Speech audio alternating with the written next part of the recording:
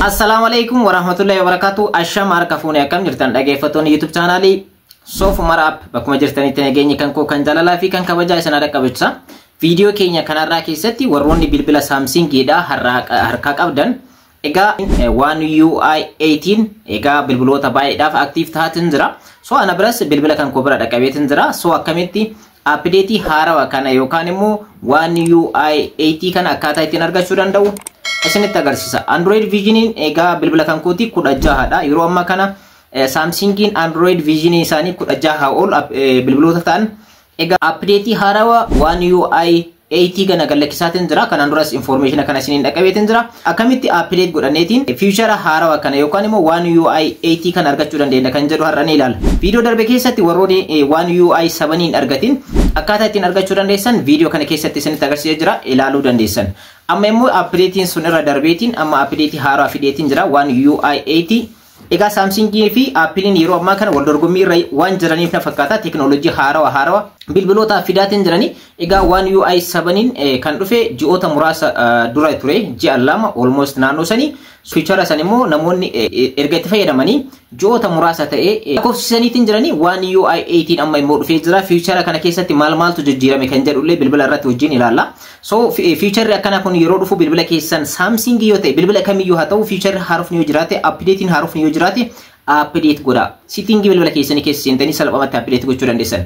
Update kana yeroo argattan immoo bilbila keessan fail ta'uu danda'a. Egaa riskii fudhachuun dirqama. Updatein haarofni kunniin yeroo dhufu bilbiloonni tokko fail ta'uu danda'u. So kan koo ufii kan kootii godhaatiin ni ilaalla. Kaampaaniin isaaniillee beeksiseetiin jira. Bilbila M16tiin jechuudha. Android Vision isaa 16 kan ta'e jechuudha. So isa kanarra galakkifameetiin jira. Bilbiloota akkamii irratti Android Vision kun galakkifame kan jedhu isiniin dhaqqaba. Dhumarratti immoo Android Vision kana akkaataa ittiin sirreeffachuu dandeessan ni ilaalla jechuudha. One UI 80 haarawaa kana akkamitti argachuu akka dandeessan ni ilaalla. One UI 7 warroonni hin argatin immoo ammas irra deebaa bilbila kana video kana ilaaluudhaan One UI 7 keessan update godhadhaadha. Amma gara One UI 80 tti darbeetiin jira Samsung. So isin immoo bilbila keessan adjust yoon goone privacy bilbila keessanii dadhabaatiin deema. Bilbila keessan dadhabaa ta'aatiin jira. Teknooloojiidhaan ala bayaatiin deema. Ergasii immoo applicationonni bilbila keessan irratti argaman hojjetuu ni dhaabu. Kaameraan bilbila keessanii applicationii akka Imoodhaa, Facebookidha. Maaliif ittiin haarawaa kanneen bilbiloonni yoon argatin yeroon irra darbaa ergasii immoo fail ta'anii teknooloojiidhaan ala ta'anii kana ta'uun dura bilbila keessan Android Visioniiwwan isaanii ilaaluudhaan ergasii immoo update haarawaa One UI 80 kana update godhachuu hin dagatinadha. Akkamitti update godhachuu dandeessan isiniin dhaqqaba. Bilbiloonni immoo isa kanaaf qophii ta'an eenyudha kan jedhu ni ilaalla. Ji'a kam keessallee argachuu danda'an kan jedhu egaa listiin taa'eefii jira jechuudha Samsung irraa. Egaa isas ni ilaalla jechuudha. Hanga dhumaatti na faana turadha. Warroonni YouTube channel kanaaf haarawaa taatan YouTube channel kun YouTube channel barnootaati kan teknooloojiidhaan ittiin wal bartan waan ta'eef subscribe gochuudhaan gara maatiiwwan keenyaatti dabalamaadha. Video kana immoo like share gochuun hin irraanfatinadha. Amma gara barnootichaatti. Egaa duraan dursinee bilbiloonni egaa update haarawaa kana argatan eenyu kan jedhu haa ilaallu. Samsung Galaxy One UI 8 update list of Android 16 devices and schedule jedha. Egaa kana jechuun Android Vision isaanii 16 ol kan ta'ee fi Samsung Galaxy One tartiibaan scheduling yookaan immoo guyyaan isaan itti galakkifaman listii qabameedha bakka itti ilaaluudha. So Samsung Galaxy One UI 18 update haarofni galakkifameetiin jira. Feature kana keessatti update akkamii argachuu dandeenya. Bilbilli keenya privacy isaa akkamitti cimuu danda'a. Wantoota baay'ee of keessaa qaba. Quality kaameraa bilbila keessanii wantoota bal'aatu keessa jira. Update kana bilbiloonni argatan immoo Android Vision isaanii 16 ol kan ta'anidha. So isaan dabalatee jechuudha. Egaa information tokko irratti immoo Android Vision isaanii 15 ta'ee 5G kan ta'e kan akka fakkeenyaaf Samsung A15 5G kan jedhamutu jira. 4G fi 5G dhaan jira. So inni sun ni argata jedhameetiin jira. So mee haalaallu welcome to One UI 8. Egaa Apple fi Samsung wal dorgommii irra waan jiran fakkaatanii Applenis yeroo muraasa keessatti update haarawaa tokko galakkiseetiin jira. Warra akka isiniif hojjedhe barbaadan comment irratti yaada keessan naaf barreessaa. So October egaa November 25 irraa kaasee updatein kun qophaa'eetiin ture. So bilbiloonni kanneen argachuu danda'an maalidha kan jedhu haa ilaallu. Egaa Galaxy S series kan jennuun keessaa Samsungiiwwan kanneen keessaa egaa updatein kun kan jalqabe on September 15 dha. September 15 jechuun ji'oota tokkoof galakkifameetiin jira. Bilbiloota tokko immoo hin dhaqqabne.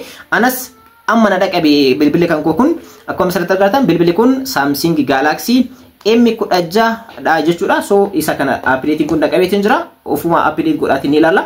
So Galaxy S25, Galaxy S25 Plus, Galaxy S25 EDH akkanumallee akkanumallee Galaxy S25 EDH, Galaxy S25 Ultra, Galaxy S25 FE free kan ta'e jechuudha. Galaxy S24, Galaxy S24 Plus, Galaxy S24 FE, Galaxy S23, Galaxy S23 Plus, Galaxy S23 Ultra, Galaxy S23 FE, Galaxy S22, Galaxy S22 Plus, Galaxy S22 Ultra, Galaxy S21 FE warri S dhaan kanneen egaa argatan jechuudha update kana. So Galaxy Z series kan jennuun kunniin immoo isaan keessaa kan argatan Galaxy Samsung Galaxy Z Fold 7, Fold 7, Flip 7 akkanumallee Flip 7 fiidha jechuudha. Egaa isaan kunniin September 22 irratti warroota argatanidha jechuudha. So inni biraa immoo Z beetiin kanneen biraallee jiranii akkuma asirratti argatan Galaxy Z Fold 7, Galaxy Z Flip 7, Galaxy Z Flip 7 FE, Galaxy 7 Flip 6, Galaxy Z Fold Special Education kan jedhu ni argama. Galaxy Z Fold 5, Galaxy Z Flip 5, Galaxy Z Flip 4 akkanumallee Galaxy Z Flip Fold 4 kan jedhaman isaan kunniin illee kan argatanidha jechuudha. So warroonni A series jennu maqaa A dhaan kan jechuudha. Samsung Galaxy tanii A dhaan warroonni ka'an immoo warroonni argatan asirratti tarraaniitiin jiranii isaan kunniin immoo akkuma tartiiba isaaniitiin kan argatanidha. Warroonni argatanis jiranii warroonni hin argatin illee jiran waan ta'eef jechuudha. Isaan keessaa Galaxy A17 5G, Galaxy A56 5G, Galaxy A36 5G akkanumallee Galaxy A26 5G, Galaxy A16 isa kan kana jechuudha. So inni as keessatti argama. So Galaxy A55 5G, Galaxy A35 5G, Galaxy A25, Galaxy A50 ta'ee jechuudha. 15 Galaxy A15 kun 5G dhaan kan jiru. Isaan Android 16 kan qabantu jirani. So isaan gosa lamatti qoodama. Android Vision isaanii 16 fi 15 kan argamutu jira. 5G 16 kan argama. Egaa 4G immoo 15 kan argamanidha jechuudha. Galaxy A54 5G support gochuu kan danda'u. Galaxy A34 5G dha jechuudha. Warroonni A dhaan maqaa A dhaan kan jechuudha. Isaan kunniin warroonni update kan argatanidha.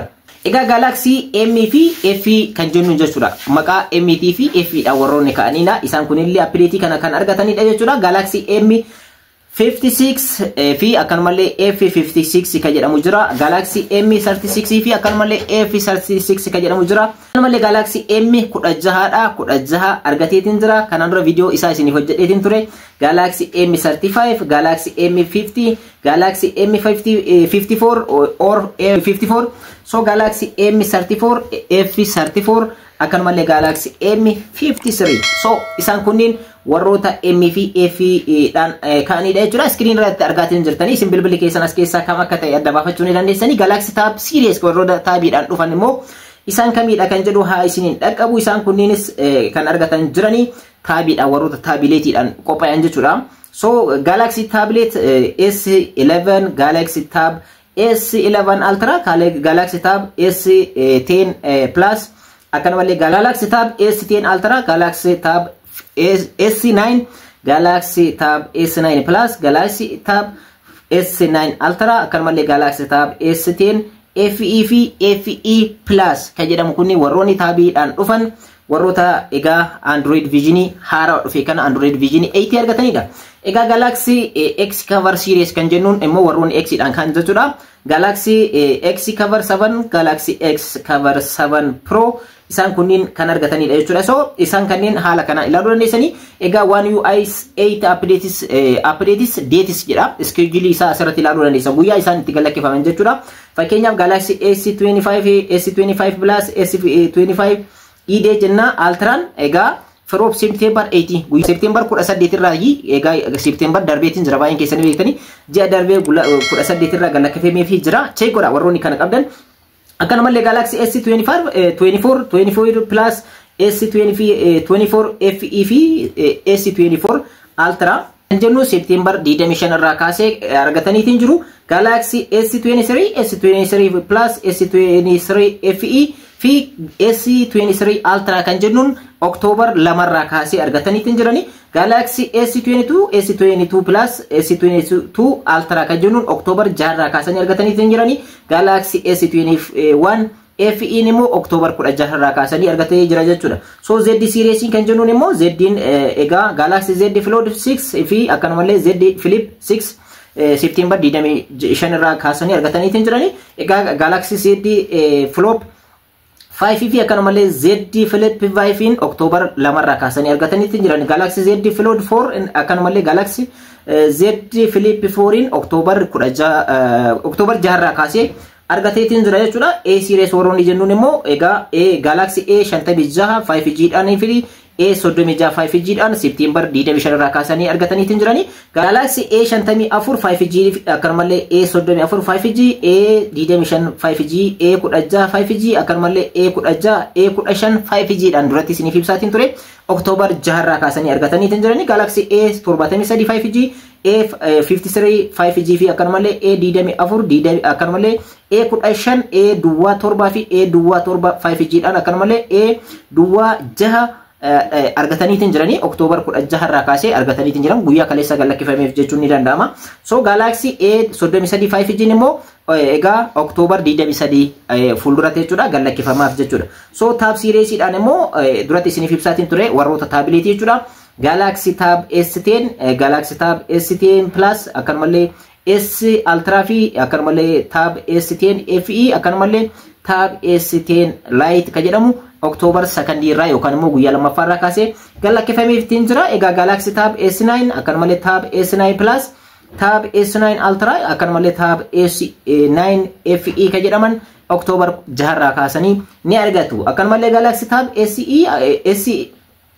S8 fi akkanumallee Tab S8 Ultra kan jedhamu October 16 irraa kaasanii kan argatan ta'a jechuudha. Egaa Samsungin haala kanaan galakkiseetiin jira. Schedule isaa ilaaluu dandeessanii. Egaa bilbila kan koo irratti immoo bilbila kan koo kana akkamitti updatein yeroo isin dhaqqabe akkamitti isin dhaqqaba akkamitti beektanii akkanumallee akkamitti update godhachuu dandeessan kan jedhu gara bilbila kan kootti deemee kan isinitti agarsiisu ta'a jechuudha. YouTube channel kana subscribe godhaa. Information babal'aa waa'ee bilbilaa teknooloojiidhaan wal qabate hojiiwwan onlineetiin wal qabate ni argattu waan ta'eef jechuudha. Subscribe gochuudhaan gara maatiiwwan keenyatti dabalamaadha. YouTube channel keenya lammaffaallee Sofumar Academy barnoota bal'aa ta'e waa'ee hojii online keessattuu focus godhee kan irratti hojjetaatiin jirruudha. So isas subscribe gochuun dagatinaadha. Egaa amma gara bilbila kan kootti ni deema. Bilbilli kan koo egaa Samsung Galaxy M16 dha. So warroota update haarawaa Samsung dha. One UI 80 argatan kana keessa isa tokkodha jechuudha. So gara setting bilbilaatti ni deemna. Kanas update godhachuudhaaf salphaadha. Ergasii immoo kana keessa seenuudhaan immoo software update ka jedhu ni argama. Isa keessa seentan egaa hedduu tokko salphaadha. Yeroo baay'ee irra deddeebi'ee isiniif ibsaatiin ture. Software update jettanii search gochuu dandeessan. Setting akkana bilbila irraa bilbilatti bakka garaagarummaa qabaachuu danda'a. So ergasii immoo akkuma asirratti agartan software update dha. Egaa mallattoo diimtuu takka yoo ofirraa qabate egaa wanta haarawatu jira, update haarawatu jira jechuudha. Beektanii isinis keessa seentanii install gochuudha. Ergasii immoo duraan dursitanii garuu Wi-Fi dhaan immoo data dhaan kan sistema kana yookaan update kana buufachuu barbaadan akka data keessan isin jalaan nyaanneef asirratti ni filatanii Wi-Fi fi data dhaan keessa jechuudha. So Wi-Fi itti fayyadamu waan ta'eef using Wi-Fi only jedheetiin jira. Auto download ka jedhu kana irratti click gootanii egaa asirratti filachuu fi dandeessan. Data yoo ta'e using data ka jiru yookaan immoo akkanumallee Wi-Fi kan ta'u taate Wi-Fi filatanii fi ergasii immoo download and install ka jedhu irratti click gochuudhaan egaa asirratti akkuma asirratti argatan update kana search isiniif godha yeroo kanatti isin bira hin geenye yoo ta'e yoo isin bira hin geenye Android version isaa 7 irra jira isiniin jedha keessan 5 illee ta'uu danda'a 4 illee ta'uu danda'a yeroon irra ka darbe ta'uu danda'a. So bilbilli garaagarummaa qaba akkuma bittaan isaanii pricing isaanii garaagarummaa qabu. Egaa garaagarummaa qabanii so warroonni 7 Android version One UI update haarawaa One UI 7 updating godhatiin bilbila video kana ilaaluudhaan update godhadhaadha. Isa kana garuu asirratti egaa search godhee update information isiniin jedha One UI version 80 argachuudhaaf deema. Version isaa jechuudha One UI 80 argachuudhaaf deema. Android version isaa 16 dha. 16 ol ni argatu isiniin jedheetiin jira. 15 keessatti immoo bilbilli argamu bilbila Samsung A15 5G dhaan kan argamu akkanumallee Samsung A duwwaa 6 ni argata jedhameetiin jira. Duratti isiniif ibsaatiin ture. Isaan ilaaluu dandeessanii egaa saayiziin isaa immoo meegaabaaytii kuma lamaaf dhibba tokko 89 dha. So isa kana download godhe jechuudha. Asirratti download kan jedhu isin dhufa download gochuu ni eegala. Egaa download godhee erga geessee booda immoo install gochuu hin dagatinadha. Erga geessee akkuma geessin install yookaan immoo install gochuudhaan gara bilbila keessanitti ni seentan jechuudha. Egaa ergasii immoo isa kana buusee yeroo dhumatetti egaa install gochuudhaan egaa Android Vision haaraa argachuu ni dandeessan step kanaan jechuudha. Akka irraa fayyadamtan abdiin qaba. Viidiyoo kan koo kanarraa asirratti xumuree jira. Akka irraa fayyadamtan abdiin qaba. Egaa future kana keessatti wantoonni haarofni dhufan maalidha kan jedhu immoo update goonee kutaa lammaffaa keessatti ilaaluu dandeenya. Yaada keessan comment irratti nuuf kaayadha. Kanarraa asirratti xumuree jira. Warroonni YouTube channel kanaaf haarawaa taatan subscribe, like, share gochuun irraanfatinadha. Yeroo biraa viidiyoo biraatti wal argina hangasitti nagaannaa jiraadha.